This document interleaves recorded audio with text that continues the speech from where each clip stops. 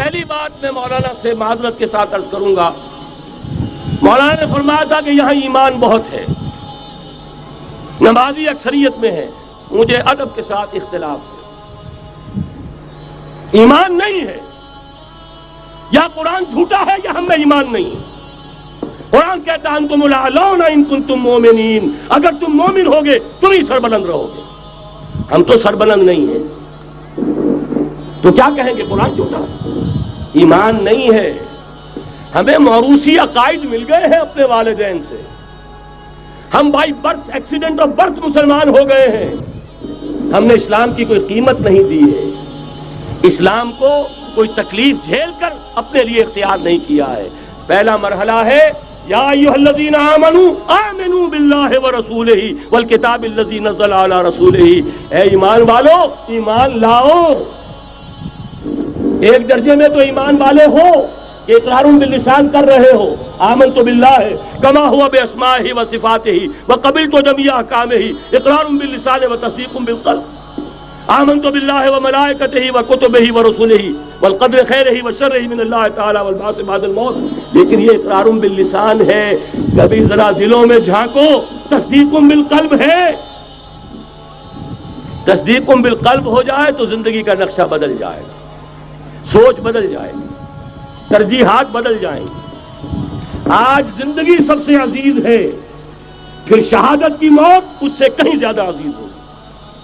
نشان مرد مومن بات گویم جو مرگ آئے تبسم بر لبے اوست۔ تو پہلا مرحلہ ہے ایمان کی تجدید، ایمان کو تازہ کرو، ایمان کو تازہ کرو، اور اس کے لیے منبع اور سرچشمہ قرآن حکیم۔ هو الذی ينزل علی عبدہ آیات بینات لیخرجکم من الظلمات الی النور۔ قرآن سے ہی لوگوں کو بلاؤ، تلاوت آیات کے ذریعے سے لوگوں کو کھینچو، یہ میگنیٹ ہے جو سلیم الفطرت لوگوں کو کھینچ لے گا، پھر اسی کے ذریعے سے تزکیہ کرو۔ یا ایھا الناس قد جاءتکم موعظۃ من ربکم وشفاء لما فی الصدور، تمہارے سینوں کے اندر جو روگ ہیں ان کا علاج بھی یہی قرآن ہے، پھر اسی کی تعلیم دو۔ یتلو علیہم آیاتہ ویزکیہم ویعلمہم الکتاب والحکمہ، یہ پہلا مرحلہ۔ دوسرا مرحلہ جو ایمان اپنا تازہ کر لیں، شعوری طور پر اللہ، آخرت، رسالت، قرآن، محمد الرسول اللہ کی ختم نبوت، اس پر ایمان لے آئیں شعوری طور پر، تجدید ایمان۔ نوٹ کر لیجئے سورہ نساء کی وہ آیت، یا ایھا الذین آمنوا آمنوا باللہ ورسولہ، ایمان لاؤ، اے ایمان والو ایمان لاؤ۔ جو لوگ یہ مرحلہ طے کر لیں وہ بنیان مرصوص بنے بیعت کی بنیاد پر۔ لیکن بیعت کون سی؟ بیعت جہاد۔ یہ جو بخاری شریف میں ترانہ آیا ہے صحابہ کرام کا، غزوہ خندق میں جب صحابہ کدالیں چلا رہے تھے، خندق کھودی جا رہی تھی، تو ان کی زبانوں پر ایک شعر تھا، نحن الذین بایعوا محمدا علی الجہاد ما بقینا ابدا، ہم وہ ہیں جنہوں نے محمد سے بیعت کی ہے جہاد کی، جب تک جان میں جان ہے جہاد جاری رہے گا۔ یہ جہاد کی بیعت، سید احمد بریلوی رحمۃ اللہ علیہ نے پہلے بیعت لی تھی بیعت ارشاد، پھر بیعت لی بیعت جہاد، اور اسے کہا یہ سلسلہ محمدی ہے۔ سلسلہ چشتیہ میں بیعت ہو گئی، سلسلہ سہروردیہ میں ہو گئی، سلسلہ نقشبندیہ میں ہو گئی، سلسلہ قادریہ میں ہو گئی، اب آؤ بھائی سلسلہ محمدیہ میں بیعت کرو، اور سلسلہ محمدیہ جہاد کی بیعت ہے۔ نحن الذین بایعوا محمدا علی الجہاد ما بقینا ابدا۔ اس جہاد کی بیعت سے منظم ایک امیر کا حکم، بایعنا رسول اللہ صلی اللہ علیہ وسلم علی السمع والطاعۃ فی العسر والیسر والمنشط والمکرہ وعلی اثرۃ علینا وعلی لا ننازع الامر اہلہ وعلی ان نقول بالحق اینما کنا لا نخاف فی اللہ لومۃ لائم۔ ایک حدیث متفق علیہ، بخاری میں مسلم میں بھی، یہ ہے وہ اسلامی حزب اللہ کا دستور۔ نمبر 3 کام کیا ہوگا؟ جہاد، جماعت بن گئی جہاد، لیکن جہاد کا پہلا مرحلہ جہاد باللسان، زبان سے جہاد، دعوت، تلقین، نصیحت، اور ان سب کا مرکز و محور قرآن۔ جہاد بالقرآن، جہاد باللسان، جہاد بالقرآن۔ فلا تطع الکافرین وجاہدہم بہ جہادا کبیرا۔ اے نبی آپ ان کافروں کی باتیں نہ سنیے، ان کے کہنے میں مت آئیے، ان سے کوئی اثر قبول نہ کیجیے، اور ان کے خلاف جہاد کرتے رہیے اس قرآن کے ذریعے سے۔ بہت بڑا جہاد، 13 برس تک جہاد ہوتا رہا ہے قرآن کے ذریعے سے۔ لیکن اس کے بعد اب مکے میں آ کر، جب اللہ نے مدینے میں آ کر موقع عطا فرما دیا، جب وہاں پر آ کر ایک بیس عطا کر دیا، اب وہاں سے جہاد بالسیف، جہاد بالید کا آغاز ہوا۔ اب طاقت کے ساتھ، قوت کے ساتھ، ہاتھ کے ساتھ جہاد شروع ہوا۔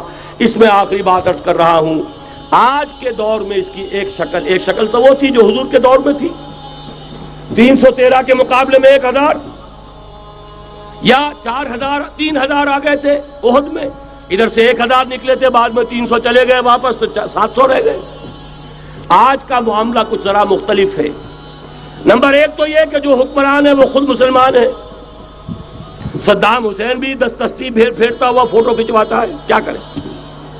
بے نظیر بھٹو کو بھی کسی نے آج تک کافر تو نہیں کہا، چاہے وہ کفریہ کلمات کہتی رہتی ہے۔ اسلامی شاعر کا مذاق اڑانے کے بعد اور کون سی کسر رہ گئی؟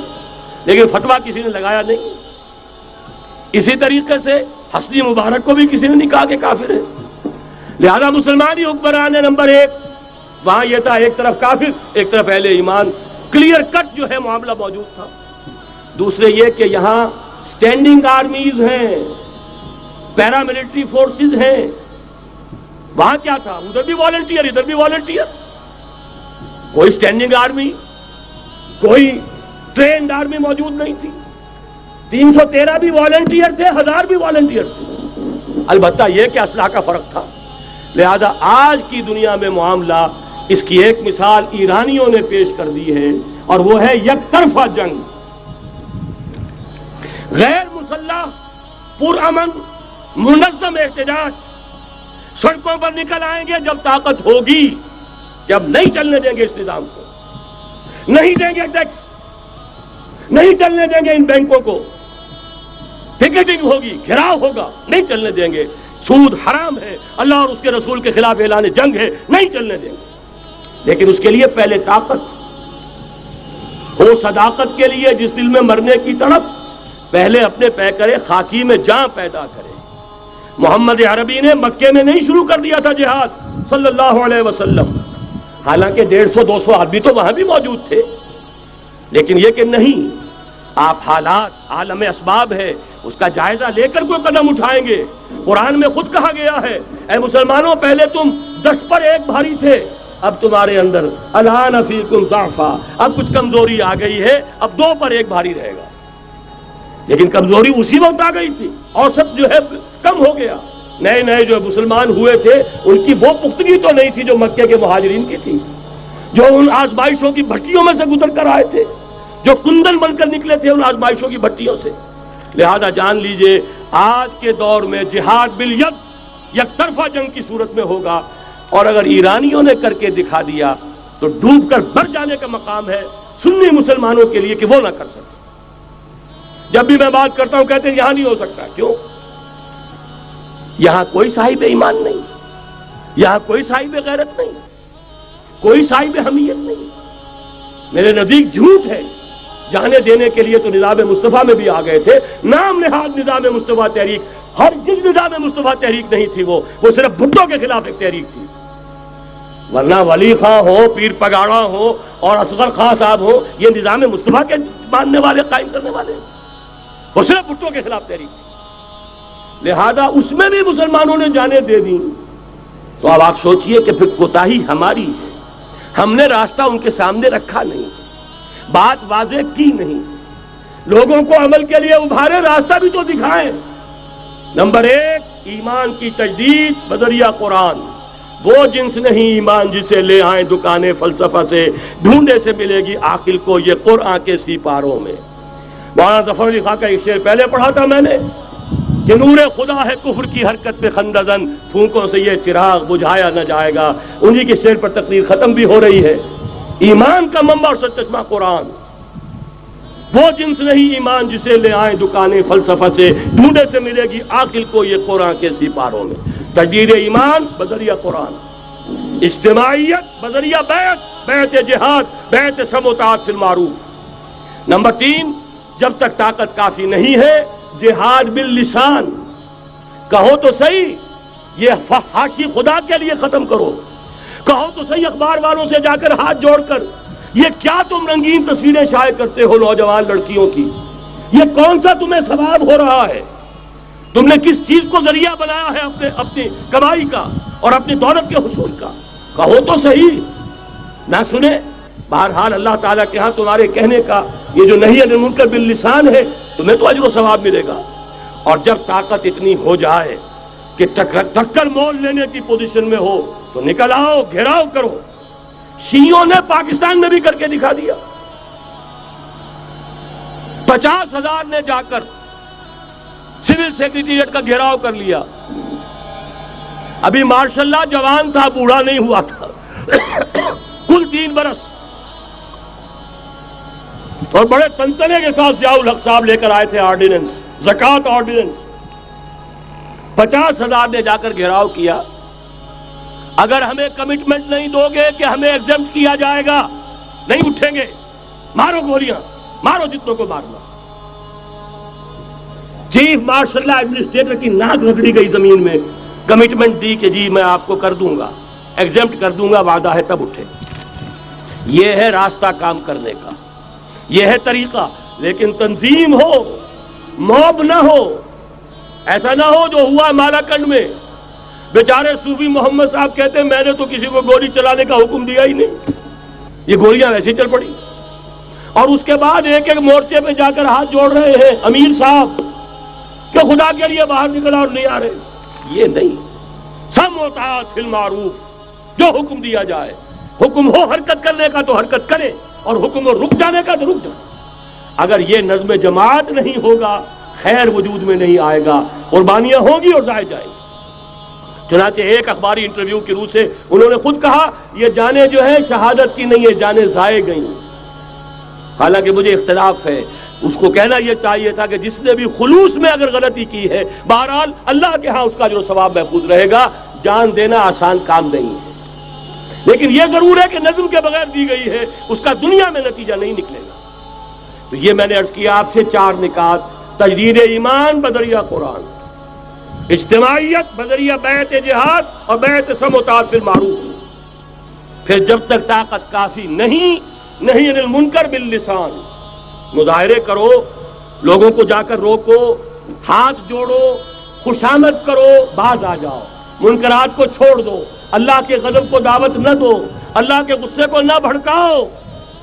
لیکن جب طاقت کافی ہو جائے، منظم جماعت جو جانے دینے کے لیے تیار ہو، جو اپنے سینوں پر گولیاں کھانے کو تیار ہو، پھر میدان میں آئیں گے، پھر کہیں گے یا یہ منکرات نہیں یا ہم نہیں، یا تخت یا تختہ، اس کے سوا تیسری بات پھر کوئی نہیں ہوگی۔ اور اس کے لیے یہ ون سائیڈڈ وار، یک طرفہ جنگ ایرانیوں نے کر کے دکھا دی، ہلکی سی جھلک ہمیں بھی پاکستان میں دکھا دی۔ اب بھی اگر ہم کہیں کہ ہمارے سامنے راستہ نہیں ہے تو یہ سوائے اس کے کہ اپنے آپ کو، وہ جو اقبال نے کہا پتہ نہیں نام کیا ہے اس کا، خدا فریبی کے خود فریبی، عمل سے فارغ ہوا مسلمان بنا کے تقدیر کا بہانہ۔ راستے تو صاف ہیں، نشانات راہ بھی اب تو سامنے موجود ہیں، اگر اس کے باوجود ہم حرکت نہیں کرتے تو سارا قصور ہمارا اپنا ہے۔ جو باتیں میں نے عرض کی ہیں، اب ظاہر بات ہے ایک تقریر میں نے بہت سا مواد جمع کیا ہے، میری کتابیں ہیں، میرے کیسٹس ہیں، ان سب کا جو ہے اب جس کے بھی دل میں کوئی جذبہ ابھرا ہے، اس جذبے کو بہت قیمتی سمجھیے، جس کے بارے میں اقبال کا ایک خوبصورت شعر ہے: آرزو اول تو پیدا ہو نہیں سکتی کہیں، اور ہو جائے تو مر جاتی ہے یا رہتی ہے خام۔ اس لیے کہ یہ ماحول ایسا ہے، یہاں بری آرزویں پروان چڑھتی ہیں، دولت کی آرزو، شہرت کی آرزو، جائیداد کی آرزو اور اقتدار کی آرزو، لیکن یہ کہ کبھی دینی اگر جذبہ ابھرتا بھی ہے تو ماحول اسے غذا نہیں دیتا، آکسیجن نہیں ہے، وہ پودا مرجھا جاتا ہے۔ لہذا جس کے دل میں بھی وہ جذبہ ابھر آیا ہو اس کو مضبوطی کے ساتھ اس لمحے کو امر بنا دیجئے۔ ہندی میں الف لگانے سے برعکس ہو جاتا، امر، ٹل اٹل، امر بنا دے اس کو، یہ ہمیشہ کا ہو جائے۔ کہ اب اس پر عمل کا آغاز ہوگا، اور عمل کے آغاز کے لیے مزید اگر آپ کو سمجھنے کی ضرورت ہے، جیسا میں نے عرض کیا ہے، کیسٹس ہیں، کتابیں ہیں، ہمارے دفاتر ہیں، یہاں قریب آپ کے جو ہے وہ دفتر موجود ہے، وہاں سے لیجئے، عاریۃً لیجئے، خریدیے، پڑھیے، گفتگو کرنی ہو، میں اسی شہر لاہور میں رہتا ہوں، آئیے، بات کیجئے، سمجھیے، سمجھائیے، لیکن یہ کہ ایک عزم تو کر کے اٹھیے۔ وہ عزم کیا ہے؟ قل ان صلاتي ونسكي ومحياي ومماتي لله رب العالمين لا شريك له وبذلك امرت وانا اول المسلمين اقول قولي هذا واستغفر الله لي ولكم ولسائر المسلمين والمسلمات۔ دلیل کیا مجھ سے مانگتے ہو، نبی کی امت کا حال دیکھو۔ دلیل کیا مجھ سے مانگتے ہو، نبی کی امت کا حال دیکھو۔ قدم گھروں سے نکالنے کا، قدم گھروں سے نکالنے کا جواز تم کو بلا